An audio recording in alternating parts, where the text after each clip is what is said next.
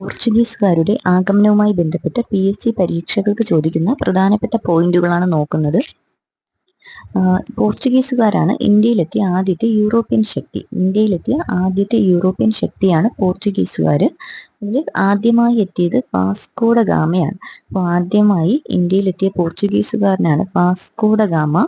Vasco da gamma കേരളത്തിൽ വരുന്നത് 1498 1498 May 20 Kozhikode കാപ്പാടാണ് Vasco da gamma വന്നിറങ്ങുന്നത്. ഈ വാസ്കോഡ ഗാമ കോഴിക്കോട് വരുമ്പോൾ അവിടെ കോഴിക്കോട് ഭരിച്ചിരുന്നത് നെടിയിരുപ്പ് സ്വരൂപമാണ്. നെടിയിരുപ്പ് സ്വരൂപത്തിൽ സാമൂതിരിയാണ് ഇവിടെ ഭരിച്ചിരുന്നത്. വാസ്കോഡ ഗാമ വന്നിറങ്ങിയപ്പോൾ തന്നെ സാമൂതിരി അദ്ദേഹത്തെ സ്വീകരിച്ചു. അപ്പോൾ ഈ വാസ്കോഡ ഗാമ ഇവിടെ വന്ന് ഇവിടുത്തെയുള്ള വലിയ സമ്പത്തുമായിട്ടാണ് തിരിച്ചു പോയത്. അതായത് തനിക്ക് ഈ യാത്രയ്ക്ക് ചിലവായതിന്റെ 60 ഇരട്ടി സമ്പത്തുമായിട്ടാണ് ഗാമ മടങ്ങിപ്പോയത്. 60 ഇരട്ടി സമ്പത്ത് ഗാമയുടെ യാത്രയ്ക്ക് ചിലവായതിന്റെ 60 ഇരട്ടിയുമായിട്ടാണ് ഗാമ തിരിച്ച് സ്വന്തം നാട്ടിലേക്ക് മടങ്ങിയത്. ആദ്യത്തെ പോർച്ചുഗീസ് വൈസ്രോയിയായി ഫ്രാൻസിസ്കോ ഡി അൽമേഡ 1505 ഇന്ത്യയിലെത്തി. അപ്പോൾ അടുത്ത പോർച്ചുഗീസ് വൈസ്രോയി ആയിട്ട് വരുന്നത് അൽമേഡയാണ്. ആദ്യത്തെ പോർച്ചുഗീസ് വൈസ്രോയിയാണ് Francisco de Almeida. Almeida viceroy ആയിട്ട് ഇന്ത്യയിലെത്തുന്നത് 1505 അൽമേഡയുടേതാണ് നീലജല നയം, ബ്ലൂ വാട്ടർ പോളിസി എന്ന് പറയും. ഈ ബ്ലൂ വാട്ടർ പോളിസി നടപ്പിലാക്കിയത് അൽമേഡയാണ്. ഇന്ത്യയിൽ നീലജലനയം നടപ്പിലാക്കിയത് അൽമേഡയാണ്. പോർച്ചുഗീസുകാരുടെ വരവിന്റെ ലക്ഷ്യമെന്ന് പറയുന്നത്, എന്തിനു വേണ്ടിയിട്ടാണ് പോർച്ചുഗീസുകാർ ഇന്ത്യയിൽ എത്തിയത് എന്ന് ചോദിക്കാം. അത് 2 പോയിന്റുകളാണ് പോർച്ചുഗീസുകാരുടെ വരവിന്റെ ലക്ഷ്യമായിട്ട് പറയുന്നത്. ഒന്ന് ഇന്ത്യയുമായിട്ടുള്ള വ്യാപാരം, പിന്നെ മറ്റൊന്ന് ക്രിസ്തു മതത്തിന്റെ പ്രചരണം. ഇന്ത്യയുമായി വ്യാപാരം നടത്തുക, അതുപോലെ ക്രിസ്തു മതം ഇവിടെ ഇന്ത്യയിൽ പ്രചരിപ്പിക്കുക. ഈ 2 കാര്യങ്ങൾക്ക് വേണ്ടിയിട്ടാണ് പോർച്ചുഗീസുകാർ ഇന്ത്യയിൽ എത്തിയത്. ഇന്ത്യയിലെ പോർച്ചുഗീസ് കൊളോണിയൽ സാമ്രാജ്യം ഔദ്യോഗികമായി അറിയപ്പെടുന്നത് എസ്റ്റാഡോ ഡ ഇന്ത്യ എന്നാണ്. ഇന്ത്യയിലെ പോർച്ചുഗീസ് കൊളോണിയൽ സാമ്രാജ്യം ഔദ്യോഗികമായി അറിയപ്പെടുന്നത് എസ്റ്റാഡോ ഡ ഇന്ത്യ എന്നാണ്. 1509 നടന്ന ദിയു യുദ്ധത്തിൽ വിജയിച്ച പോർച്ചുഗീസ് വൈസ്രോയിയാണ് അൽമേഡ. 1509 നടന്ന ദിയു യുദ്ധത്തിൽ വിജയിച്ച പോർച്ചുഗീസ് വൈസ്രോയി അൽമേഡയാണ്. 1509 നടന്ന ദിയു യുദ്ധത്തിൽ വിജയിച്ച പോർച്ചുഗീസ് വൈസ്രോയിയാണ് അൽമേഡ.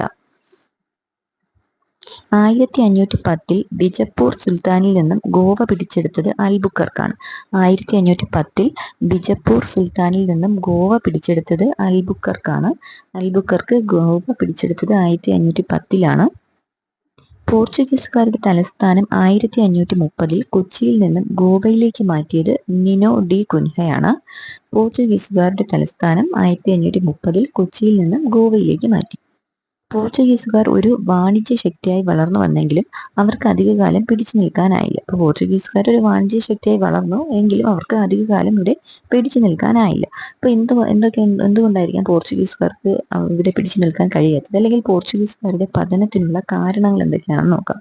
അപ്പോൾ അൽബുക്കർക്കിന് ശേഷം കാര്യക്ഷമത കുറഞ്ഞ വൈസ്രോയിമാരാണ് ഇവിടെ ഉണ്ടായിരുന്നത്. പോർച്ചുഗീസ് സാമ്രാജ്യം വിസ്തൃതമാക്കിയത് അൽബുക്കർക്കാണെന്ന് നമുക്കറിയാം. അപ്പോൾ അൽബുക്കർക്കിന് ശേഷം വന്ന പോർച്ചുഗീസ് വൈസ്രോയിമാരെല്ലാം കാര്യക്ഷമത കുറഞ്ഞവരായിരുന്നു. അതുപോലെ പോർച്ചുഗലിന് 1580 സ്പെയിനുമായി ഉണ്ടായിരുന്ന പൊളിറ്റിക്കൽ അറ്റാച്ച്മെന്റ് അവരുടെ നാവിക മേധാവിത്വത്തെ ദുർബലപ്പെടുത്തി. പോർച്ചുഗലിന് 1580 സ്പെയിനുമായി ഉണ്ടായിരുന്ന പൊളിറ്റിക്കൽ അറ്റാച്ച്മെന്റ് കാരണം അത് അവരുടെ നാവിക മേധാവിത്വത്തെ ദുർബലപ്പെടുത്തി. ഡച്ചുകാർ, ബ്രിട്ടീഷുകാർ തുടങ്ങിയ നാവിക ശക്തികളുടെ വളർച്ച, ഡച്ചുകാരും ബ്രിട്ടീഷുകാരും ഒക്കെ വന്നതോടുകൂടി അവരൊക്കെ വലിയ നാവിക ശക്തിയായി വളർന്നതോടുകൂടി പോർച്ചുഗീസുകാർ ക്ഷയിക്കാൻ തുടങ്ങി. 1661 ഇംഗ്ലണ്ടിലെ ചാൾസ് രണ്ടാമൻ രാജാവ് പോർച്ചുഗലിലെ കാതറീൻ രാജകുമാരിയെ വിവാഹം കഴിച്ചപ്പോൾ സ്ത്രീധനമായി ബോംബെ പ്രദേശം ഇംഗ്ലണ്ടിന് നൽകി. അപ്പൊ ഇത് ഇന്ത്യയിൽ ബ്രിട്ടീഷ് മേധാവിത്വത്തിന് കാരണമായി. ഒന്നുകൂടി പറയാം, 1661 ഇംഗ്ലണ്ടിലെ ചാൾസ് രണ്ടാമൻ രാജാവ് പോർച്ചുഗലിന്റെ കാതറീൻ രാജകുമാരിയെ വിവാഹം കഴിച്ചു. ഇംഗ്ലണ്ടിലെ ചാൾസ് രണ്ടാമൻ രാജാവ് പോർച്ചുഗലിലെ കാതറീൻ രാജകുമാരിയെ വിവാഹം കഴിച്ചു എന്നാണ് 1661. അപ്പൊ ഈ 1661 വിവാഹം നടന്ന സമയത്ത് അവർക്ക് സ്ത്രീധനമായി കൊടുത്തത്, പോർച്ചുഗീസുകാർ ഇംഗ്ലണ്ടിന് സ്ത്രീധനമായി കൊടുത്ത പ്രദേശമാണ് ബോംബെ. ഇത് ഇന്ത്യയിൽ ബ്രിട്ടീഷ് മേധാവിത്വത്തിന് കാരണമായി. ഇപ്പോൾ ബോംബെ ഇവർക്ക് കിട്ടിയതോടുകൂടി ബ്രിട്ടീഷുകാർ ഇവിടെ മേധാവിത്വത്തിന് തുടക്കം കുറിച്ചു. മലബാർ കൊങ്കൺ തീരങ്ങളിലൊക്കെ ക്രിസ്തുമതം പ്രചരിപ്പിച്ച ഒരു പോർച്ചുഗീസ് മിഷണറി ഉണ്ട്. അദ്ദേഹത്തിന്റെ പേരാണ് സെന്റ് ഫ്രാൻസിസ് സേവിയർ. അപ്പോൾ മലബാർ കൊങ്കൺ തീരങ്ങളിലൊക്കെ ക്രിസ്തുമതം പ്രചരിപ്പിച്ച ഒരു പോർച്ചുഗീസ് മിഷണറിയാണ് സെന്റ് ഫ്രാൻസിസ് സേവിയർ. ഇന്ത്യയിൽ പ്രിന്റിംഗ് പ്രസ് ആരംഭിച്ചത് പോർച്ചുഗീസുകാരാണ്. ഇന്ത്യയിൽ പ്രിന്റിംഗ് പ്രസ് ആരംഭിച്ചു. അതുപോലെ ഇന്ത്യയിൽ പ്രിന്റിംഗ് പ്രസ് ആരംഭിച്ചതും മലയാളം, കന്നഡ തുടങ്ങിയ പ്രാദേശിക ഭാഷകളിലേക്ക് ബൈബിൾ വിവർത്തനം ചെയ്തതും പോർച്ചുഗീസുകാരാണ്. ആദ്യമായി ഇന്ത്യയിൽ അച്ചടിശാല ആരംഭിച്ച പോർച്ചുഗീസുകാരാണ്. അതിനുശേഷം അവർ ഈ മലയാളം, കന്നഡ തുടങ്ങിയ പ്രാദേശിക ഭാഷകളിലേക്ക് ബൈബിൾ വിവർത്തനം ചെയ്തു. ഇന്ത്യൻ മഹാസമുദ്രത്തിലൂടെയുള്ള വ്യാപാരവുമായി ബന്ധപ്പെട്ട് പോർച്ചുഗീസുകാർ നടപ്പിലാക്കിയ ഒരു വ്യാപാര ലൈസൻസാണ് കാർട്ടസ് വ്യവസ്ഥ. ഇന്ത്യൻ മഹാസമുദ്രത്തിലൂടെയുള്ള വ്യാപാരവുമായി ബന്ധപ്പെട്ട് പോർച്ചുഗീസുകാർ നടപ്പിലാക്കിയ ഒരു വ്യാപാര ലൈസൻസാണ് കാർട്ടസ് വ്യവസ്ഥ. ഇന്ത്യയിലെ പ്രധാന പോർച്ചുഗീസ് കോളനികളാണ് ഗോവ, ദാമൻ, ദിയു, കൊച്ചി. ഇവയൊക്കെ ഇന്ത്യയിലെ പ്രധാനപ്പെട്ട പോർച്ചുഗീസ് കോളനിയായിരുന്നു. പോർച്ചുഗീസുകാരുടെ ഇന്ത്യയിലെ ആദ്യത്തെ ഫാക്ടറി സ്ഥാപിതമാകുന്നത് 1500 കോഴിക്കോടാണ്. പോർച്ചുഗീസുകാരുടെ ഇന്ത്യയിലെ ആദ്യത്തെ ഫാക്ടറി സ്ഥാപിതമാകുന്നത് 1500 കോഴിക്കോടാണ്. പോർച്ചുഗീസുകാർ ഇന്ത്യയിൽ കൊണ്ടുവന്ന ഭക്ഷ്യവസ്തുക്കൾ ഏതൊക്കെയാണ്? Chilli peppers, tomato, cashew, tobacco. ഇതൊക്കെ പോർച്ചുഗീസുകാർ കൊണ്ടുവന്നതാണ്. ഒന്നുകൂടെ നോക്കാം. Chilli peppers, tomato, cashew, tobacco. Vasco da ഗാമയെ ഇന്ത്യയിലെത്താൻ സഹായിച്ച ലോക്കൽ നാവിഗേറ്ററാണ് അഹമ്മദ് ഇബ്ൻ മാജിദ്, അല്ലെങ്കിൽ അബ്ദുൽ മാജിദ് എന്നും അറിയപ്പെടുന്നു. അഹമ്മദ് ഇബ്ൻ മാജിദ് ആണ് വാസ്കോഡ ഗാമയെ ഇന്ത്യയിലെത്താൻ സഹായിച്ച ലോക്കൽ നാവിഗേറ്റർ. വാസ്കോഡ ഗാമ ഇന്ത്യയിലെത്തിയത് 3 തവണ വന്നിട്ടുണ്ട്. ആദ്യം വന്നത് 1498 അതിനുശേഷം 1502 വന്നു. പിന്നെ 1524 വന്നിട്ടുണ്ട്. പോർച്ചുഗീസ് വാണിജ്യ ആധിപത്യം ശക്തിപ്പെടുത്താനായി അറബ് വ്യാപാരികളെ ആക്രമിച്ചതും ഏദൻ, ഓർമോസ്, മലാക്ക എന്നിവ പിടിച്ചെടുത്ത പോർച്ചുഗീസ് ഗവർണറാണ് അൽമേഡ. പോർച്ചുഗീസ് വാണിജ്യ ആധിപത്യം ശക്തിപ്പെടുത്താനായി അറബ് വ്യാപാരികളെ ആക്രമിച്ചതും ഏദൻ, ഓർമോസ്, മലാക്ക എന്നിവ പിടിച്ചെടുത്ത പോർച്ചുഗീസ് ഗവർണറാണ് അൽമേഡ.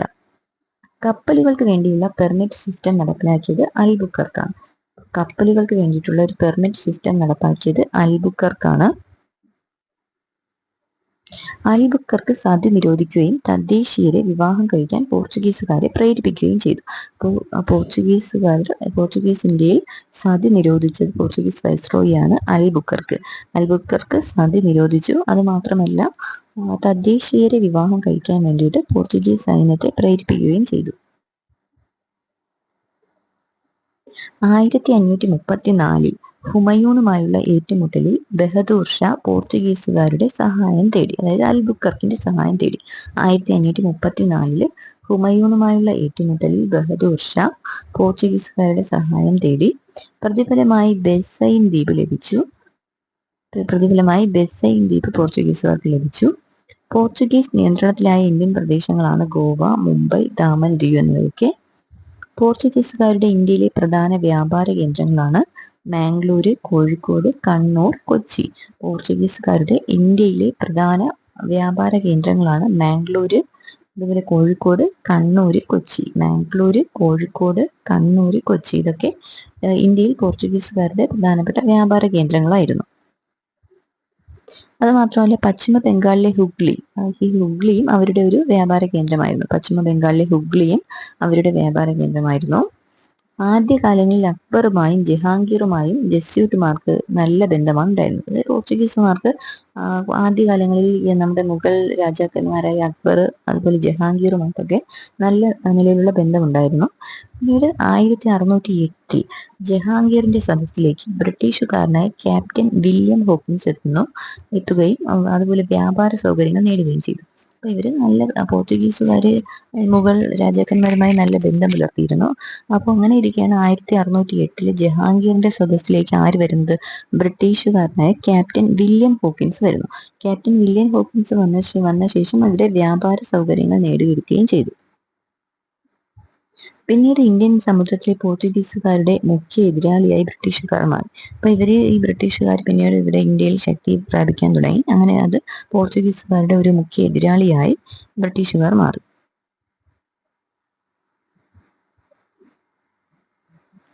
ഇന്ത്യയിലെത്തിയ ആദ്യത്തെ വിദേശികൾ പോർച്ചുഗീസുകാരാണ്.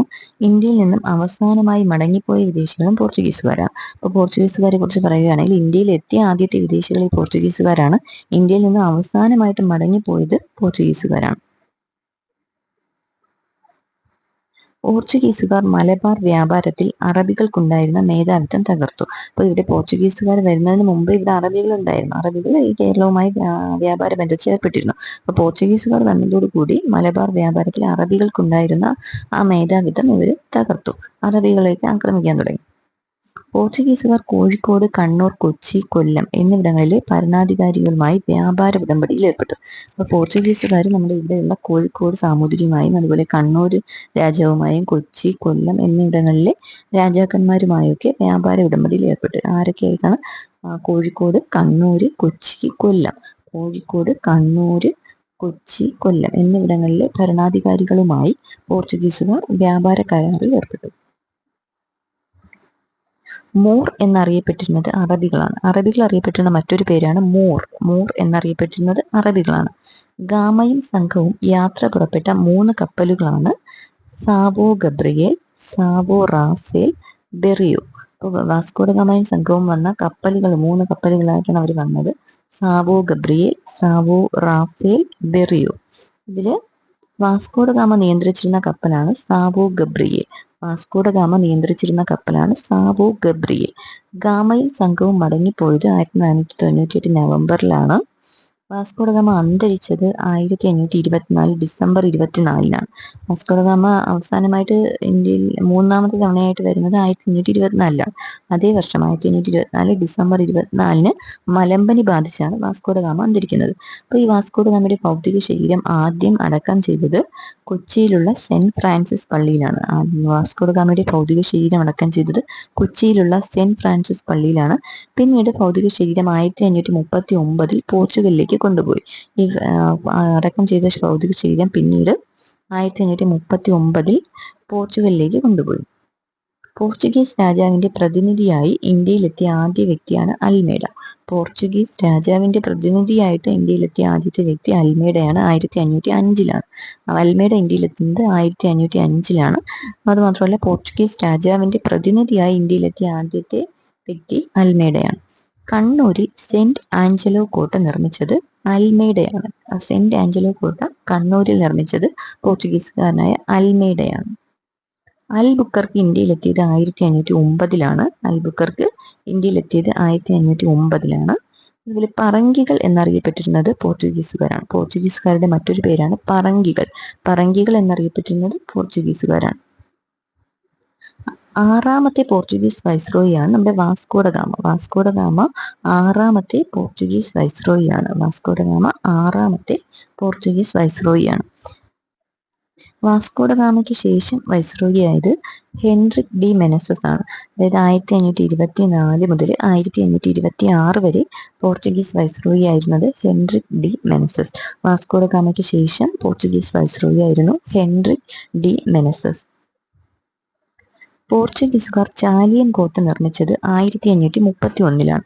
പോർച്ചുഗീസുകാർ ചാലിയം കോട്ട നിർമ്മിക്കുന്നത് 1531-ലാണ്. കേരളത്തിലെ ആദ്യത്തെ അച്ചടിശാല ആരംഭിച്ചത് പോർച്ചുഗീസുകാരാണ് കേരളത്തിൽ ആദ്യത്തെ അച്ചടിശാല ആരംഭിക്കുന്നത്. അതുപോലെ ചവിട്ട് നാടകം ഇവിടെ പ്രചരിപ്പിച്ചത് പോർച്ചുഗീസുകാരാണ്. പിന്നെ അതുമാത്രമല്ല പീരങ്കികൾ, തൂക്കുകൾ എന്നിവ വ്യാപകമാക്കിയതും പോർച്ചുഗീസുകാരാണ്. പോർച്ചുഗീസുകാരെ കുറിച്ച് പറയുകയാണെങ്കിൽ ഇവിടെ കേരളത്തിലെ ആദ്യത്തെ അച്ചടിശാല സ്ഥാപിച്ചു, ചവിട്ടു നാടകം ഇവിടെ പ്രചരിപ്പിച്ചു, പിന്നെ അതുപോലെ പീരങ്കി, തൂക്ക് എന്നിവയൊക്കെ ഇവിടെ കേരളത്തിൽ വ്യാപകമാക്കിയത് പോർച്ചുഗീസുകാരാണ്. 1555-ൽ കൊച്ചി രാജാവായ വീരകേരളവർമ്മയ്ക്ക് പോർച്ചുഗീസുകാർ മട്ടാഞ്ചേരിയിൽ കൊട്ടാരം പണിതു നൽകി. അപ്പോൾ കൊച്ചി രാജാവായ വീരകേരളവർമ്മയ്ക്ക് പോർച്ചുഗീസുകാർ മട്ടാഞ്ചേരിയിൽ ഒരു കൊട്ടാരം പണിതു നൽകി. 1555-ലാണ്. പോർച്ചുഗീസ് ഭരണകാലത്ത് പ്രശസ്തിയിലേക്ക് ഉയർന്നു വന്ന ഒരു ക്ഷേത്രമാണ് ഗുരുവായൂർ ക്ഷേത്രം. നമ്മുടെ ഇന്നത്തെ ഗുരുവായൂർ ക്ഷേത്രം പ്രശസ്തിയിലേക്ക് വന്നത് പോർച്ചുഗീസ് കാലഘട്ടത്തിലാണ്. പുകയില ഇവിടെ ഇന്ത്യയിൽ പ്രചരിപ്പിച്ചത് പോർച്ചുഗീസുകാരാണ് പുകയില ഇന്ത്യയിൽ പ്രചരിപ്പിച്ചത്. അതുപോലെ കശുവണ്ടി, ജാതിക്ക, മരിച്ചീനി, പേരയ്ക്ക, റബ്ബർ എന്നിവയൊക്കെ, തണ്ണിമത്തൻ ഇതൊക്കെ ഇന്ത്യയിൽ കൊണ്ടുവന്നത് പോർച്ചുഗീസുകാരാണ്. കശുവണ്ടി, ജാതി, മരിച്ചീനി, പേരയ്ക്ക, തണ്ണിമത്തനൊക്കെ പോർച്ചുഗീസുകാരാണ് ഇന്ത്യയിൽ കൊണ്ടുവന്നത്. പോർച്ചുഗീസ് രാജാവിന്റെ സൈനിക സഹോദരൻ എന്ന പദവി ലഭിച്ച നാട്ടുരാജാവാണ് പുറംനാട്ട് രാജാവ്. പോർച്ചുഗീസ് രാജാവിന്റെ സൈനിക സഹോദരൻ എന്ന പദവി ലഭിച്ച നാട്ടുരാജാവാണ് പുറംനാട്ട് രാജാവ്. മുസ്ലിങ്ങളുടെ അഥവാ മൂറുകളുടെ രാജാവ് എന്നറിയപ്പെട്ടത് കുഞ്ഞാലി നാലാമനാണ്. മുസ്ലിങ്ങളുടെ അഥവാ മൂറുകളുടെ രാജാവ് എന്നറിയപ്പെട്ടത് കുഞ്ഞാലി നാലാമനാണ്. ഇന്ത്യൻ സമുദ്രങ്ങളുടെ അതിനായകൻ എന്ന ബിരുദം ലഭിച്ചത് കുഞ്ഞാലി നാലാമനാണ്. ഇന്ത്യൻ സമുദ്രങ്ങളുടെ അതിനായകൻ എന്ന ബിരുദത്തിന് അർഹനായത് കുഞ്ഞാലി നാലാമനാണ്. ഇന്ത്യൻ സമുദ്രങ്ങളുടെ അതിനായകൻ. 1600 പോർച്ചുഗീസുകാർ കുഞ്ഞാലി നാലാമനെ വധിച്ചു. പോർച്ചുഗീസുകാർ 1600 കുഞ്ഞാലി നാലാമനെ വധിക്കുന്നത്. ഷെയ്ഖ് സൈനുദ്ദീൻ രചിച്ച തുഹ്ഫത്തുൽ മുജാഹിദീൻ എന്ന കൃതി ഒരു അറബ് കൃതിയാണ്. ഷെയ്ഖ് സൈനുദ്ദീൻ രചിച്ച കൃതിയാണ് തുഹ്ഫത്തുൽ മുജാഹിദീൻ. ഈ കൃതിയുടെ ആദ്യ ഭാഗത്തിൽ പോർച്ചുഗീസുകാർക്കെതിരെ യുദ്ധം ചെയ്യേണ്ടതിന്റെ ആവശ്യകതയെക്കുറിച്ച് പരാമർശിക്കുന്നുണ്ട്. അപ്പോൾ ഷെയ്ഖ് സൈനുദ്ദീൻ രചിച്ച തുഹ്ഫത്തുൽ മുജാഹിദീൻ എന്ന കൃതിയിൽ പോർച്ചുഗീസുകാർക്കെതിരെ യുദ്ധം ചെയ്യേണ്ടതിന്റെ ആവശ്യകതയെക്കുറിച്ച് ഈ കൃതിയുടെ ആദ്യ ഭാഗത്ത് പരാമർശിക്കുന്നുണ്ട്. തുഹ്ഫത്തുൽ മുജാഹിദീൻ എന്ന കൃതിയിലെ 4ാമത്തെ ഭാഗത്തിന്റെ പ്രമേയം കേരളത്തിലെ പോർച്ചുഗീസ് ആധിപത്യമാണ്. ഈ തുഹ്ഫത്തുൽ മുജാഹിദീൻ എന്ന കൃതിയിലെ 4ാമത്തെ ഭാഗത്ത് കേരളത്തിലെ പോർച്ചുഗീസ് ആധിപത്യത്തെക്കുറിച്ച് പറയുന്നുണ്ട്. തുഹ്ഫത്തുൽ മുജാഹിദീൻ എന്ന ഗ്രന്ഥം സമർപ്പിച്ചിരിക്കുന്നത് ബിജപ്പൂർ സുൽത്താൻ ആദിൽ ഷായ്ക്കാണ്. ബിജപ്പൂർ സുൽത്താനായിരുന്ന ആദിൽ ഷായ്ക്കാണ് തുഹ്ഫത്തുൽ മുജാഹിദീൻ എന്ന ഗ്രന്ഥം സമർപ്പിച്ചിരിക്കുന്നത്. കൈതച്ചക്ക, പപ്പായ, അടയ്ക്ക, തണ്ണിമത്തൻ എന്നിവ കേരളത്തിൽ എത്തിച്ചത് പോർച്ചുഗീസുകാരാണ്. നേരത്തെ പറഞ്ഞു, കൈതച്ചക്ക, പപ്പായ, അടയ്ക്ക, തണ്ണിമത്തൻ, റബ്ബർ, മരച്ചീനി അതൊക്കെ ഇവിടെ എത്തിച്ചത് പോർച്ചുഗീസുകാരാണ്. കയർ വ്യാപാരം വിദേശത്തേക്ക് വ്യാപിപ്പിച്ചത് പോർച്ചുഗീസുകാരാണ്.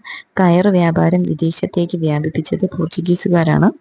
ഡച്ചുകാർ പോർച്ചുഗീസുകാരെ പരാജയപ്പെടുത്തിയത് 1663 ഡച്ചുകാര് പോർച്ചുഗീസുകാരെ പരാജയപ്പെടുത്തിയത് 1663 പോർച്ചുഗീസുകാരിൽ നിന്നും മലയാള ഭാഷയ്ക്ക് ലഭിച്ച പദങ്ങളാണ് വികാരി, ഫാക്ടറി, പതക്കം, മേസ്തിരി, ലേലം, കുശിനി, ജനൽ, അലമാര, കുമ്പസാരം, മേശ, ചാവി, കസേര, ബെഞ്ച്, ചായ, റാന്തൽ, മുറം, വിജാഗിരി, കൊന്ത, വരാന്ത, ഗോഡൗൺ ഇതൊക്കെ ഇപ്പോൾ പോർച്ചുഗീസുകാരിൽ നിന്നും മലയാള ഭാഷയ്ക്ക് ലഭിച്ച പദങ്ങളാണ്. ഒന്നുകൂടി നോക്കാം. വികാരി, ഫാക്ടറി, പതക്കം, മേസ്തിരി, ലേലം, കുശിനി, ജനല്, അലമാര, കുമ്പസാരം, മേശ, ചാവി, കസേര, ബെഞ്ച്, ചായ, റാന്തൽ, മുറം, വിജാഗിരി, കൊന്ത, വരാന്ത, ഗോഡൗൺ.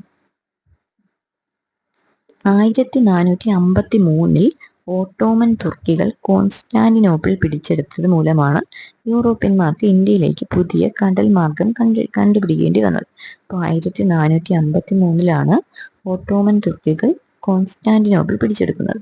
അതിനുശേഷമാണ് യൂറോപ്യന്മാർക്ക് ഇന്ത്യയിലേക്കുള്ള പുതിയൊരു വ്യാപാര പാത അല്ലെങ്കിൽ സമുദ്രപാത കണ്ടെത്തേണ്ടതിന്റെ ആവശ്യകത ഉണ്ടായത്. വാസ്കോ ഡ ഗാമ 1497 ലിസ്ബണിൽ നിന്നാണ് യാത്ര ആരംഭിച്ചത്. വാസ്കോ ഡ ഗാമ 1498 കാപ്പാടെത്തി. യാത്ര ആരംഭിക്കുന്നത് 1497 ലിസ്ബണിൽ നിന്ന്. ഇന്ത്യൻ മഹാസമുദ്രത്തിലെ അധിപൻ എന്നൊക്കെ അറിയപ്പെടുന്നത് വാസ്കോ ഡ ഗാമയാണ്. ഇന്ത്യൻ മഹാസമുദ്രത്തിലെ സേനാധിപതി, അതുപോലെ ഇന്ത്യൻ മഹാസമുദ്രത്തിലെ അധിപൻ എന്നൊക്കെ അറിയപ്പെടുന്നത് വാസ്കോ ഡ ഗാമയാണ്. വാസ്കോ ഡ ഗാമയുടെ ഭൗതിക ശരീരം അടക്കം ചെയ്ത പോർച്ചുഗലിലെ പള്ളിയാണ് ജെറോണിമസ് കത്തീഡ്രൽ. ലിസ്ബണിലാണ്. നേരത്തെ പറഞ്ഞില്ലേ, ഇപ്പോൾ നമ്മുടെ സെന്റ് ഫ്രാൻസിസ് ചർച്ചിൽ അടക്കിയ വാസ്കോ ഡ ഗാമയുടെ ഭൗതിക ശരീരം പിന്നീട് 1539 ആയപ്പോഴേക്കും ഇവിടെ നിന്നും അവർ പോർച്ചുഗലിലേക്ക് കൊണ്ടുപോയി. അപ്പോൾ ആ പോർച്ചുഗലിൽ കൊണ്ടുപോയിട്ട് അവിടെ അടക്കം ചെയ്ത പള്ളിയാണ് ജെറോണിമസ് കത്തീഡ്രൽ. ജെറോണിമസ് കത്തീഡ്രൽ എന്ന പള്ളിയിലാണ് ഗാമയുടെ ശരീരം പിന്നീട് അടക്കം ചെയ്തത്. വാസ്കോഡ ഗാമ എന്ന സ്ഥലം സ്ഥിതി ചെയ്യുന്ന ഇന്ത്യൻ സംസ്ഥാനം ഗോവയാണ്. ഗോവയിലാണ് വാസ്കോഡ ഗാമ എന്ന പേരിലൊരു സ്ഥലമുള്ളത്. കരമാർഗം ഇന്ത്യയിൽ ആദ്യമായി എത്തിയ പോർച്ചുഗീസ് സഞ്ചാരിയാണ് പെറോ ഡ കോവിൽഹ. നമ്മൾ വാസ്കോഡ ഗാമ സമുദ്രമാർഗം ഇന്ത്യയിലെത്തിയ ആദ്യത്തെ പോർച്ചുഗീസ് സഞ്ചാരിയാണ്. എന്നാൽ അതിനു മുമ്പ് കരമാർഗം ഇന്ത്യയിൽ ആദ്യമായി എത്തിയ പോർച്ചുഗീസ് സഞ്ചാരിയാണ് പെറോ ഡ കോവിൽഹ. കരമാർഗം ഇന്ത്യയിൽ ആദ്യമായി എത്തിയ പോർച്ചുഗീസ് സഞ്ചാരിയാണ് പെറോ ഡ കോവിൽഹ. ഇനി ആഫ്രിക്കയിലെ ശുഭപ്രതീക്ഷ മുനമ്പ് ചുറ്റി സഞ്ചരിച്ച ആദ്യത്തെ പോർച്ചുഗീസ് നാവികൻ ബർത്തലോമിയോ ഡയസ് ആണ്. 1488 ഗാമയ്ക്ക് മുമ്പ് ആഫ്രിക്കയിലെ ശുഭപ്രതീക്ഷ മുനമ്പ് ചുറ്റി സഞ്ചരിച്ച ആദ്യത്തെ പോർച്ചുഗീസ് നാവികനാണ് ബർത്തലോമിയോ ഡയസ്. പക്ഷെ ബർത്തലോമിയോ ഡയസിന് ഇന്ത്യയിലേക്ക് അല്ലെങ്കിൽ ഏഷ്യയിലേക്ക് വരാൻ കഴിഞ്ഞില്ല. ശുഭപ്രതീക്ഷ മുനമ്പ് വരെ എത്താൻ പറ്റുള്ളൂ. പിന്നീട് ഇങ്ങോട്ട് വന്നത് വാസ്കോഡ ഗാമയാണ്. കൊച്ചിയിൽ പണ്ടകശാല ആരംഭിച്ച പോർച്ചുഗീസ് നാവികനാണ് കബ്രാൾ. കൊച്ചിയിൽ ഒരു പണ്ടകശാല ആരംഭിച്ച പോർച്ചുഗീസ് നാവികനാണ് കബ്രാൾ. ശക്തമായ നാവികപ്പടയെ വളർത്തിയെടുക്കുന്നതിലൂടെ സമുദ്ര മേധാവിത്വം സ്ഥാപിച്ച് പോർച്ചുഗീസ് വ്യാപാരം വളർത്തുക എന്ന നയമാണ് നീലജല നയം. നീലജല നയം എന്ന് പറയുന്നത് എന്താണ്? ശക്തമായ നാവികപ്പടയെ വളർത്തിയെടുക്കുന്നതിലൂടെ സമുദ്രത്തിലെ മേധാവിത്വം സ്ഥാപിച്ച് പോർച്ചുഗീസ് വ്യാപാരം വളർത്തുക എന്ന നയം. ഇതാണ് നീലജല നയം. ഇന്ത്യയിൽ പോർച്ചുഗീസ് സാമ്രാജ്യത്തിന്റെ സ്ഥാപകനായി അറിയപ്പെടുന്നത് അൽബുക്കർക്കാണ്. ഇന്ത്യയിലെ പോർച്ചുഗീസ് സാമ്രാജ്യത്തിന്റെ സ്ഥാപകനായി അറിയപ്പെടുന്നത് അൽബുക്കർക്കാണ്. ഇന്ത്യയിൽ പോർച്ചുഗീസ് കോളനിവൽക്കരണത്തിന് നേതൃത്വം നൽകിയ വൈസ്രോയി അൽബുക്കർക്കാണ്. ഇന്ത്യയിൽ പോർച്ചുഗീസ് കോളനിവൽക്കരണത്തിന് നേതൃത്വം നൽകിയ വൈസ്രോയി അൽബുക്കർക്കാണ്. ഇന്ത്യയിൽ യൂറോപ്യന്മാർ നിർമ്മിച്ച ആദ്യത്തെ കോട്ടയാണ് മാനുവൽ കോട്ട. 1503 ഇന്ത്യയിൽ യൂറോപ്യന്മാർ നിർമ്മിച്ച ആദ്യത്തെ കോട്ടയാണ് മാനുവൽ കോട്ട. ഇത് 1503 മാനുവൽ കോട്ട അറിയപ്പെടുന്ന മറ്റ് പേരുകളാണ് പള്ളിപ്പുറം കോട്ട, വൈപ്പിൻ കോട്ട, ആയക്കോട്ട, അഴീക്കോട്ട, കൊച്ചിൻ കോട്ട. അപ്പൊ ഈ മാനുവൽ കോട്ടയുടെ മറ്റ് പേരുകളാണ് പള്ളിപ്പുറം കോട്ട, വൈപ്പിൻ കോട്ട, ആയക്കോട്ട, അഴീക്കോട്ട, കൊച്ചിൻ കോട്ട. മാനുവൽ കോട്ട പണി കഴിപ്പിച്ച പോർച്ചുഗീസ് ഭരണാധികാരി അൽബുക്കർക്കാണ് ഈ മാനുവൽ കോട്ട പണി കഴിപ്പിച്ചത്. ചാലിയം കോട്ട പണിത പോർച്ചുഗീസ് ഗവർണർ നുനോ ഡ കുൻഹയാണ്. ചാലിയം കോട്ട പണിത പോർച്ചുഗീസ് ഗവർണറാണ് നുനോ ഡ കുൻഹ. 16-ാം നൂറ്റാണ്ടിൽ പോർച്ചുഗീസുകാർ ഇന്ത്യയിൽ പരിചയപ്പെടുത്തിയ വാസ്തുവിദ്യാ ശൈലിയാണ് ഗോതിക് ശൈലി. 16-ാം നൂറ്റാണ്ടിൽ പോർച്ചുഗീസുകാർ ഇന്ത്യയിൽ പരിചയപ്പെടുത്തിയ വാസ്തുവിദ്യാ ശൈലിയാണ് ഗോതിക് ശൈലി. ഇന്ത്യയിൽ ഗോതിക് ശൈലിയിൽ പോർച്ചുഗീസുകാർ പണികഴിപ്പിച്ച പള്ളികളാണ് സെന്റ് ഫ്രാൻസിസ് പള്ളി, കൊച്ചിയിലെ സെന്റ് ഫ്രാൻസിസ് പള്ളി, അതുപോലെ ബോം ജീസസ് പള്ളി ഗോവയിലാണ്. അപ്പോൾ ഇന്ത്യയിൽ ഈ ഗോതിക് ശൈലിയിൽ പോർച്ചുഗീസുകാർ പണികഴിപ്പിച്ച പള്ളിയാണ് നമ്മുടെ കൊച്ചിയിലുള്ള സെന്റ് ഫ്രാൻസിസ് പള്ളിയും അതുപോലെ ഗോവയിലുള്ള ബോം ജീസസ് പള്ളിയും. പോർച്ചുഗീസുകാർ ഇന്ത്യയിൽ നിർമ്മിച്ച ആദ്യത്തെ പള്ളി എന്ന് പറയുന്നത് കൊച്ചിയിലെ സെന്റ് ഫ്രാൻസിസ് പള്ളിയാണ്. പോർച്ചുഗീസുകാർ ഇന്ത്യയിൽ നിർമ്മിച്ച ആദ്യത്തെ പള്ളി കൊച്ചിയിലുള്ള സെന്റ് ഫ്രാൻസിസ് പള്ളിയാണ്. 1553 പോർച്ചുഗീസുകാർ നിർമ്മിച്ച മട്ടാഞ്ചേരി കൊട്ടാരം 1663 ഡച്ചുകാർ പുതുക്കി പണിതു. പിന്നീട് ഇത് ഡച്ച് കൊട്ടാരം എന്നറിയപ്പെട്ടു. അപ്പൊ മട്ടാഞ്ചേരി കൊട്ടാരം അല്ലെങ്കിൽ ഡച്ച് കൊട്ടാരം ഇത് നിർമ്മിച്ചത് പോർച്ചുഗീസുകാരാണ് 1553. അപ്പൊ മട്ടാഞ്ചേരിയിലെ കൊട്ടാരം നിർമ്മിച്ചത് പോർച്ചുഗീസുകാരാണ് 1555. പിന്നീട് ഇത് പുതുക്കി പണിതത് ഡച്ചുകാരാണ്. 1663 ഈ മട്ടാഞ്ചേരിയിലെ കൊട്ടാരം ഡച്ചുകാർ പുതുക്കി പണിതു. ഏത് വർഷം? 1663. അതിനുശേഷമാണ് ഈ മട്ടാഞ്ചേരി കൊട്ടാരം ഡച്ച് കൊട്ടാരം എന്നറിയപ്പെടുന്നത്. ചോദിക്കാം, ഡച്ച് കൊട്ടാരം പണി കഴിപ്പിച്ചത് ആരാണെന്ന് ചോദിക്കാം. അതിന്റെ ഉത്തരം പോർച്ചുഗീസുകാരാണ്. ഡച്ച് കൊട്ടാരം പണി കഴിപ്പിച്ചത് പോർച്ചുഗീസുകാരാണ്. പക്ഷെ ഇവരിത് അന്ന് മട്ടാഞ്ചേരി കൊട്ടാരം എന്ന ആദ്യത്തെ പേര്, പിന്നീട് ഇത് പുതുക്കി പണിതതിനു ശേഷമാണ് ഡച്ച് കൊട്ടാരം എന്ന് അറിയപ്പെടാൻ തുടങ്ങിയത്. കൊച്ചിയിലും വൈപ്പിനിലും അച്ചടിശാല ആരംഭിച്ചത് പോർച്ചുഗീസുകാരാണ്. കൊച്ചിയിലും വൈപ്പിനിലും പോർച്ചുഗീസുകാർ അച്ചടിശാല ആരംഭിച്ചു. ഇന്ത്യയിൽ ആദ്യമായി യൂറോപ്യൻ സ്കൂൾ ആരംഭിച്ചത് കൊച്ചിയിലാണ്. ഇന്ത്യയിൽ ആദ്യമായി ഒരു യൂറോപ്യൻ സ്കൂൾ ആരംഭിക്കുന്നത് കൊച്ചിയിലാണ്. പോർച്ചുഗീസുകാരും കോഴിക്കോട് സാമൂതിരിയും തമ്മിൽ കണ്ണൂർ സന്ധി ഒപ്പുവെച്ചത് 1513. പോർച്ചുഗീസുകാരും സാമൂതിരിയും തമ്മിലുള്ള സന്ധിയാണ് കണ്ണൂർ സന്ധി, അത് 1513. ഇനി അതുപോലെ മറ്റൊരു സന്ധിയുണ്ട്, പൊന്നാനി സന്ധി. അതും പോർച്ചുഗീസുകാരും സാമൂതിരിയും തമ്മിലുള്ള സന്ധിയാണ്. പൊന്നാനി സന്ധി ഒപ്പുവെക്കുന്നത് 1540. അപ്പോൾ പൊന്നാനി സന്ധി 1540. കണ്ണൂർ സന്ധി 1513. രണ്ട് സന്ധിയും പോർച്ചുഗീസുകാരും സാമൂതിരിയും തമ്മിലുള്ള സന്ധിയാണ്. കണ്ണൂർ സന്ധി ഒപ്പുവെക്കുന്നത് 1513, പൊന്നാനി സന്ധി ഒപ്പുവെക്കുന്നത് 1540. ക്രിസ്ത്യൻ പുരോഹിതന്മാരുടെ വൈദിക പഠനത്തിനായി സെമിനാരികളും കോളേജുകളും ആരംഭിച്ച സ്ഥലങ്ങളാണ് കൊച്ചി, കൊടുങ്ങല്ലൂർ, വൈപ്പിൻകോട്ട. അപ്പോൾ ഇവിടെ കൊച്ചിയിലും കൊടുങ്ങല്ലൂരിലും വൈപ്പിനിലൊക്കെ ക്രിസ്ത്യൻ പുരോഹിതന്മാരുടെ വൈദിക പഠനത്തിനായി സെമിനാരികളും കോളേജുകളും ആരംഭിച്ച സ്ഥലങ്ങളാണ്. ഇന്ത്യയിലെ പോർച്ചുഗീസ് ചരിത്രം രേഖപ്പെടുത്തിയ വ്യക്തിയാണ് ജെയിംസ് കോറിയ. ഇന്ത്യയിലെ പോർച്ചുഗീസ് ചരിത്രം രേഖപ്പെടുത്തിയ വ്യക്തിയാണ് ജെയിംസ് കോറിയ. പോർച്ചുഗീസുകാർ ഇന്ത്യയിലെ ആദ്യത്തെ അച്ചടിശാല ആരംഭിച്ചു എന്ന് പറഞ്ഞു. അത് 1556 ഗോവയിലാണ്, നേരത്തെ പറഞ്ഞതാണ്. ഇന്ത്യയുമായി കച്ചവട ബന്ധം സ്ഥാപിച്ച കത്തോലിക്ക മതവിഭാഗക്കാരാണ് പോർച്ചുഗീസുകാർ. അപ്പോൾ ഇന്ത്യയുമായി കച്ചവട ബന്ധം സ്ഥാപിച്ച കത്തോലിക്ക മതവിഭാഗക്കാരാണ് പോർച്ചുഗീസുകാർ. ഇന്ത്യയുമായി കച്ചവട ബന്ധം സ്ഥാപിച്ച കത്തോലിക്ക മതവിഭാഗക്കാരാണ് പോർച്ചുഗീസുകാർ. കേരളത്തിൽ അച്ചടിച്ച ആദ്യത്തെ പുസ്തകം ഡോക്ട്രീന ക്രിസ്റ്റമാണ്. 1578 കൊല്ലത്ത് നിന്നാണ്. കേരളത്തിൽ അച്ചടിച്ച ആദ്യത്തെ പുസ്തകമാണ് ഡോക്ട്രീന ക്രിസ്റ്റം. 1578 കൊല്ലത്ത് നിന്നാണ് ഇത് അച്ചടിക്കുന്നത്. ഇനി നമ്മൾ നേരത്തെ പറഞ്ഞു ഗാമ വന്നിറങ്ങിയ കാപ്പാട്. കാപ്പാട് സ്ഥിതി ചെയ്യുന്നത് കോഴിക്കോടാണെന്നറിയാം. കോഴിക്കോട് ജില്ലയിലെ ചേമഞ്ചേരി പഞ്ചായത്തിലാണ് ഈ കാപ്പാട് സ്ഥിതി ചെയ്യുന്നത്. കോഴിക്കോട് ജില്ലയിലെ ചേമഞ്ചേരി പഞ്ചായത്തിലാണ് കാപ്പാട് സ്ഥിതി ചെയ്യുന്നത്. ഇന്ത്യൻ കടലുകളുടെ അഡ്മിറൽ എന്നറിയപ്പെടുന്നത് വാസ്കോ ഡ ഗാമയാണ്. വാസ്കോ ഡ ഗാമ അറിയപ്പെടുന്നത് ഇന്ത്യൻ കടലുകളുടെ അഡ്മിറൽ എന്നാണ്. വാസ്കോ ഡ ഗാമയെ ഇന്ത്യയിലേക്ക് അയച്ച പോർച്ചുഗൽ രാജാവാണ് മാനുവൽ ഒന്നാമൻ. വാസ്കോ ഡ ഗാമയെ ഇന്ത്യയിലേക്ക് അയച്ച പോർച്ചുഗൽ രാജാവാണ് മാനുവൽ ഒന്നാമൻ. പോർച്ചുഗീസുകാർ കോഴിക്കോട്ടെത്തിയപ്പോൾ അറബിക്കടലിലെ വ്യാപാര കുത്തക അറബി വ്യാപാരികൾക്കായിരുന്നു. അപ്പോൾ പോർച്ചുഗീസുകാർ കോഴിക്കോടെത്തിയപ്പോൾ അറബിക്കടലിലെ വ്യാപാര കുത്തക അറബികൾക്കായിരുന്നു. ഈജിപ്തുകാർ, തുർക്കികൾ എന്നിവർക്കും അറബിക്കടലിൽ ആധിപത്യം ഉണ്ടായിരുന്നു. അറബികൾക്ക് മാത്രമല്ല, ഈജിപ്തുകാർക്കും തുർക്കികൾക്കും ഒക്കെ അറബിക്കടലിൽ ആധിപത്യം ഉണ്ടായിരുന്നു. അപ്പോൾ സാമൂതിരി കോഴിക്കോട് സാമൂതിരി ഗാമ വന്നിറങ്ങിയപ്പോൾ ആദ്യത്തെ മര്യാദയോടുകൂടി സ്വീകരിച്ചു. എന്നാൽ പോർച്ചുഗീസുകാർക്ക് പ്രത്യേക വ്യാപാര സൗകര്യങ്ങൾ വേണമെന്ന് ഗാമയുടെ ആവശ്യം സാമൂതിരി നിരാകരിച്ചു. ഗാമ കോഴിക്കോട് വന്നിറങ്ങിയപ്പോൾ ആദ്യത്തെ മര്യാദയോടുകൂടിയൊക്കെ സാമൂതിരി സ്വീകരിച്ചു. പിന്നീട് ഗാമ ആവശ്യപ്പെട്ടത് പോർച്ചുഗീസുകാർക്ക് പ്രത്യേക വ്യാപാര സൗകര്യങ്ങൾ വേണം. അതായത് ബാക്കി എല്ലാ അറബികളെയൊക്കെ ഇവിടുന്ന് മാറ്റിയിട്ട് വ്യാപാരം പോർച്ചുഗീസുകാർക്ക് മാത്രമായി കൊടുക്കുക എന്നതായിരുന്നു ഗാമയുടെ പോളിസി. പക്ഷെ അത് നമ്മുടെ സാമൂതിരി അംഗീകരിച്ചില്ല.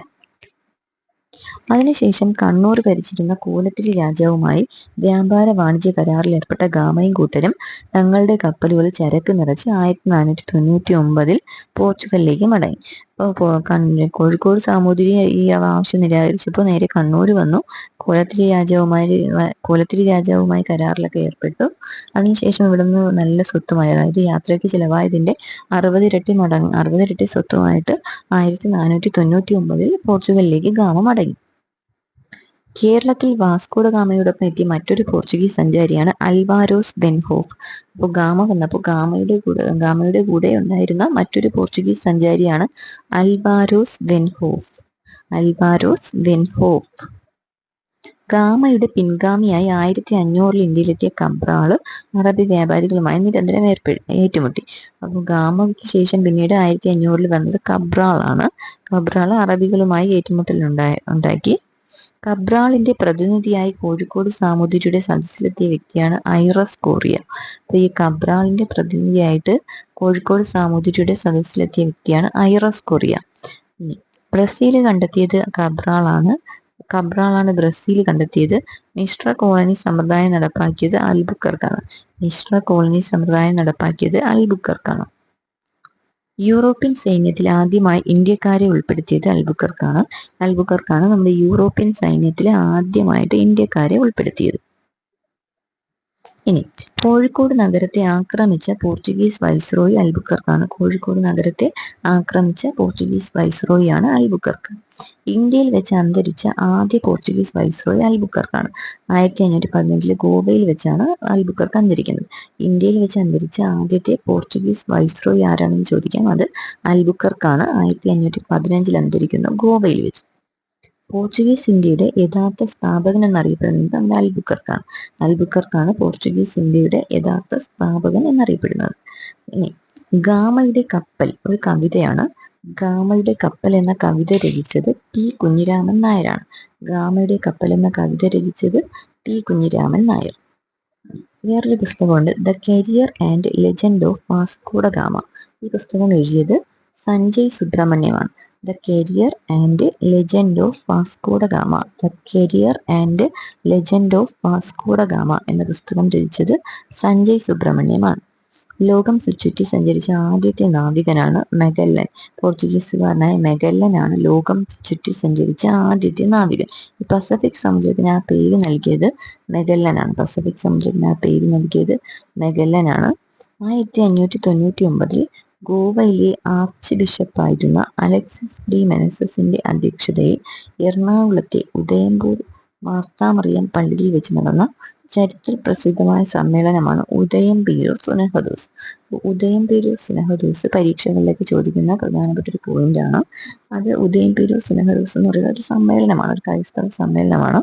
അത് നടന്നത് 1599 ഗോവയിലെ ആർച്ച് ബിഷപ്പായിരുന്ന അലക്സിസ് ഡി മെനസസ് ആണ് ഈ ഉദയംപേരൂർ സുനഹദോസിന് അധ്യക്ഷത വഹിച്ചത്. ഉദയംപേരൂർ സുനഹദോസിന് അധ്യക്ഷത വഹിച്ചത് ഗോവയിലെ ആർച്ച് ബിഷപ്പായിരുന്ന അലക്സിസ് ഡി മെനസസ് ആണ്. അപ്പോൾ ഇത് നടന്നത് എറണാകുളത്തെ ഉദയംപൂർ മാർത്താമറിയം പള്ളിയിൽ വെച്ചാണ് ഈ സമ്മേളനം നടന്നത്. ഈ സമ്മേളനത്തിന് ശേഷം കേരളത്തിലെ ക്രൈസ്തവ സഭ, കേരളത്തിൽ ക്രൈസ്തവ സഭ സിറിയാനി സഭ എന്നറിയപ്പെടുന്നു.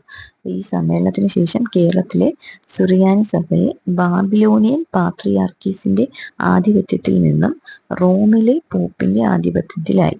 അപ്പോൾ ഈ സമ്മേളനത്തിന് ശേഷം കേരളത്തിലെ ക്രൈസ്തവ സഭയ്ക്ക് വിധേയത്വമുണ്ടായിരുന്നത് ബാബിലോണിയയിലെ പാത്രിയാർക്കീസിനോടായിരുന്നു.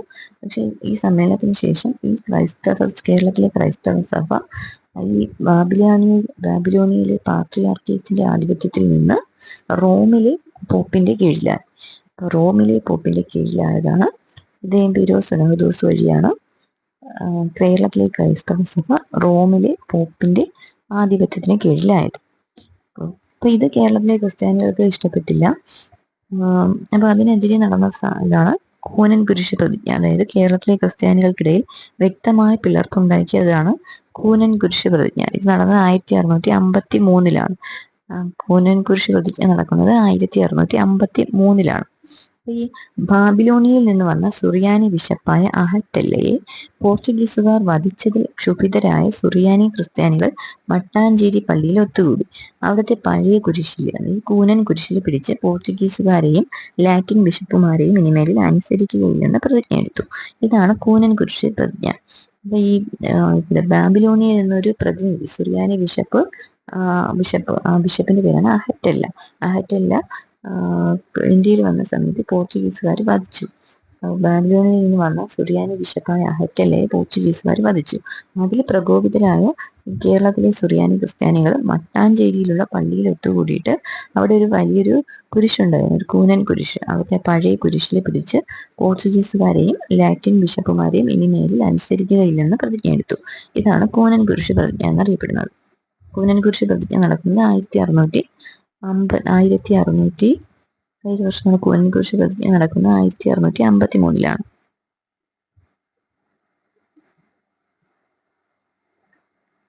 ഇന്ത്യയിൽ അച്ചടിക്കപ്പെട്ട ആദ്യത്തെ പുസ്തകമാണ് സെന്റ് സേവിയറുടെ നേതൃത്വത്തിൽ തയ്യാറാക്കിയ ഡോക്ട്രീന ക്രിസ്റ്റം. ഇന്ത്യയിൽ അച്ചടിക്കപ്പെട്ട ആദ്യത്തെ പുസ്തകമാണ് ഡോക്ട്രീന ക്രിസ്റ്റം. പോർച്ചുഗീസുകാർ സൗഹൃദം സ്ഥാപിച്ച ഇന്ത്യയിലെ രാജവംശമായിരുന്നു വിജയനഗരം. പോർച്ചുഗീസുകാർ സൗഹൃദം സ്ഥാപിച്ച ഇന്ത്യയിലെ രാജവംശമായിരുന്നു വിജയനഗരം.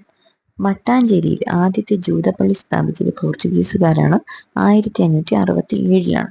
മട്ടാഞ്ചേരിയിൽ ആദ്യത്തെ ജൂതപ്പള്ളി സ്ഥാപിച്ചത് പോർച്ചുഗീസുകാരാണ്. 1567. കോമൺവെൽത്ത് രാജ്യങ്ങളിലെ ഏറ്റവും പഴക്കം ചെന്ന ജൂതപ്പള്ളിയാണ് ഈ മട്ടാഞ്ചേരിയിലെ ജൂതപ്പള്ളി. കോമൺവെൽത്ത് രാജ്യങ്ങളിലെ ഏറ്റവും പഴക്കം ചെന്ന ജൂതപ്പള്ളിയാണ് മട്ടാഞ്ചേരിയിലെ ജൂതപ്പള്ളി. ഇന്ത്യൻ തപാൽ സ്റ്റാമ്പിൽ ഇടം പിടിച്ച കേരളത്തിൽ നിന്നുള്ള ആദ്യത്തെ ആരാധനാലയമാണ് മട്ടാഞ്ചേരി ജൂതപ്പള്ളി. ഇന്ത്യൻ തപാൽ സ്റ്റാമ്പിൽ ഇടം പിടിച്ച കേരളത്തിൽ നിന്നുള്ള ആദ്യത്തെ ആരാധനാലയമാണ് മട്ടാഞ്ചേരിയിലെ ജൂതപ്പള്ളി. ഇന്ത്യയിൽ ശാസ്ത്രീയമായ കൃഷി സമ്പ്രദായം ആവിഷ്കരിച്ചത് പോർച്ചുഗീസുകാരാണ്. ഇന്ത്യയിൽ ശാസ്ത്രീയമായ കൃഷി സമ്പ്രദായം ആവിഷ്കരിച്ചത് പോർച്ചുഗീസുകാരാണ്. സാമൂതിരിയുടെ നാവികസേനാ മേധാവിയായിരുന്ന കുഞ്ഞാലി മരക്കാരുടെ ആസ്ഥാനമാണ് കോട്ടയ്ക്കൽ. സാമൂതിരിയുടെ നാവികസേനാ തലവനായിരുന്നു കുഞ്ഞാലി മരക്കാർ. ഈ കുഞ്ഞാലി മരക്കാരുടെ ആസ്ഥാനം കോട്ടയ്ക്കലാണ്. ഇന്ത്യൻ തീരത്ത് ആദ്യ നാവികസേന രൂപീകരിച്ചത് കുഞ്ഞാലി മരക്കാർ രണ്ടാമനാണ്. ഇന്ത്യൻ തീരത്ത് ആദ്യ നാവികസേന രൂപീകരിച്ചത് കുഞ്ഞാലി രണ്ടാമനാണ്. പട്ടുമരയ്ക്കാർ എന്നറിയപ്പെടുന്നത് കുഞ്ഞാലി മൂന്നാമൻ. പട്ടുമരയ്ക്കാർ, പടയമരയ്ക്കാർ എന്നൊക്കെ അറിയപ്പെടുന്നത് കുഞ്ഞാലി മൂന്നാമനാണ്. വടകരയ്ക്കടുത്ത് കോട്ടയ്ക്കലിൽ പുതുപ്പണം കോട്ട പണിതത് കുഞ്ഞാലി മൂന്നാമനാണ്. വടകരയ്ക്കടുത്ത് കോട്ടയ്ക്കലിൽ പുതുപ്പണം കോട്ട പണിതത് കുഞ്ഞാലി മൂന്നാമനാണ്. പുതുപ്പണം കോട്ട പിന്നീട് മരക്കാർ കുടുംബത്തിന്റെ ആസ്ഥാനമായി മാറി. ഈ കുഞ്ഞാലി മൂന്നാമൻ പണിത പുതുപ്പണം കോട്ട പിന്നീട് മരക്കാർ കുടുംബത്തിന്റെ ആസ്ഥാനമായി മാറി. 1961 ഗോവയിൽ നിന്നും പോർച്ചുഗീസുകാരെ ഒഴിപ്പിക്കാൻ ഇന്ത്യൻ സേന നടത്തിയ സൈനിക നടപടിയാണ് ഓപ്പറേഷൻ വിജയ്. ഓപ്പറേഷൻ വിജയ് നടന്ന വർഷം ഇമ്പോർട്ടൻ്റ് ആണ്. 1961. 1961 ഗോവയിൽ നിന്നും പോർച്ചുഗീസുകാരെ ഒഴിപ്പിക്കാനായിട്ട് ഇന്ത്യൻ സേന നടത്തിയ സൈനിക നടപടിയാണ് ഓപ്പറേഷൻ വിജയ്. ഇന്ത്യയിൽ ഏറ്റവും കൂടുതൽ കാലം വിദേശ ആധിപത്യത്തിന് കീഴിലായിരുന്ന പ്രദേശമാണ് ഗോവ. ഗോവയാണ് ഇന്ത്യയിൽ ഏറ്റവും കൂടുതൽ കാലം വിദേശ ആധിപത്യത്തിന് കീഴിലായിരുന്ന പ്രദേശം. ഏതാണ്ട് 451 വർഷം വരെ ഗോവ പോർച്ചുഗീസുകാരുടെ കീഴിലായിരുന്നു. 1510 മുതൽ 1961 വരെ. 1510 മുതൽ 1961 വരെ ഗോവ പോർച്ചുഗീസുകാരുടെ കീഴിലായിരുന്നു. 1510 എന്താണ് സംഭവിച്ചത്? പോർച്ചുഗീസ് അതായത് അൽബുക്കർക്ക് ബിജപ്പൂർ സുൽത്താനിൽ നിന്നും ഗോവ പിടിച്ചെടുക്കുകയാണ് ചെയ്തത്. ഗോവ പിടിച്ചെടുത്ത് 1510 മുതൽ 1961 ഓപ്പറേഷൻ വിജയ്. ഗോവയെ വിമോചനവുമായി ബന്ധപ്പെട്ട ഓപ്പറേഷൻ വിജയ് വരെയുള്ള ആ കാലയളവ്, ആ നീണ്ട 451 വർഷം പോർച്ചുഗീസുകാരുടെ കീഴിലായിരുന്ന പ്രദേശമാണ് ഗോവ. ഗോവ, ദാമൻ, ദിയു എന്നിവ കേന്ദ്രഭരണ പ്രദേശങ്ങളായി മാറിയ ഭേദഗതിയാണ് 1962 12-ാം ഭേദഗതി. ഗോവയെ, ദാമൻ, ദിയു എന്നിവ കേന്ദ്രഭരണ പ്രദേശങ്ങളായി മാറിയ ഭേദഗതിയാണ് 1962 12-ാം ഭേദഗതി. ഗോവ വിമോചനത്തിന് ശ്രമിക്കുന്ന 7 ഇന്ത്യക്കാരുടെ കഥ പറയുന്ന ഹിന്ദി ചലച്ചിത്രമാണ് സാത് ഹിന്ദുസ്ഥാനി. 1969 ഇറങ്ങിയ ചിത്രമാണ്. ഗോവ വിമോചനത്തിന് ശ്രമിക്കുന്ന 7 ഇന്ത്യക്കാരുടെ കഥ പറയുന്ന ചിത്രമാണ് സാത് ഹിന്ദുസ്ഥാനി. 1498 വാസ്കോഡ ഗാമ കാപ്പാടിറങ്ങിയപ്പോൾ കോഴിക്കോട് ഭരിച്ചിരുന്ന സാമൂതിരി മാനവിക്രമൻ സാമൂതിരിയാണ്. വാസ്കോഡ ഗാമ ഇറങ്ങുന്ന സമയത്ത് ഇവിടെ കോഴിക്കോട് ഭരിച്ചിരുന്ന സാമൂതിരി മാനവിക്രമൻ സാമൂതിരിയാണ്. ഇനി രണ്ടാമതായി വാസ്കോഡ ഗാമ 1502 വന്നെന്ന് പറഞ്ഞു. 1502 ഗാമ രണ്ടാമതായി വന്നിറങ്ങിയത് ഗോവയ്ക്കടുത്തുള്ള അഞ്ചുദ്വീപ് എന്ന സ്ഥലത്താണ്. ഗോവയ്ക്കടുത്തുള്ള അഞ്ചുദ്വീപ് എന്ന സ്ഥലത്താണ് ഗാമ രണ്ടാമതായി വരുന്നത്. വാസ്കോഡ ഗാമയ്ക്ക് ശേഷം വൈസ്രോയി ആയതാണ് ഹെൻറിക് മെനസിസ്. ഗാമയ്ക്ക് ശേഷം വൈസ്രോയി ആയത് ഹെൻറിക് മെനസിസ് ആണ്. കുഞ്ഞാലി ഒന്നാമൻ എന്നറിയപ്പെടുന്നത് കുട്ടിയെലിയാണ്. കുഞ്ഞാലി ഒന്നാമന്റെ യഥാർത്ഥ പേര് കുട്ടിയെലി എന്നാണ്. ഈ കുഞ്ഞാലി ഒന്നാമന്റെ ഒരു പോളിസിയാണ് hit and run policy. Hit and run policy കുട്ടിയെലിയുടേതാണ്. കുഞ്ഞാലി ഒന്നാമന്റെ പോളിസിയാണ് hit and run. INS Kunjali എന്ന നാവിക പരിശീലന കേന്ദ്രം സ്ഥിതി ചെയ്യുന്നത് മുംബൈയിലാണ്. മുംബൈയിലുള്ള ഒരു നാവിക പരിശീലന കേന്ദ്രമാണ് INS കുഞ്ഞാലി. കുഞ്ഞാലി മരക്കാരുടെ പേരാണ് ഇതിന് കൊടുത്തിരിക്കുന്നത്. INS കുഞ്ഞാലി എന്ന നാവിക പരിശീലന കേന്ദ്രം സ്ഥിതി ചെയ്യുന്നത് മുംബൈയിലാണ്. അറബിക്കടലിന്റെ സിംഹം എന്നറിയപ്പെടുന്നത് കുഞ്ഞാലി മൂന്നാമനാണ്. അറബിക്കടലിന്റെ സിംഹം എന്നറിയപ്പെടുന്നത് കുഞ്ഞാലി മൂന്നാമനാണ്. പോർച്ചുഗീസുകാരാൽ ഒരിക്കലും യുദ്ധത്തിൽ തോൽക്കാത്ത കുഞ്ഞാലി മരക്കാരാണ് കുഞ്ഞാലി മൂന്നാമൻ.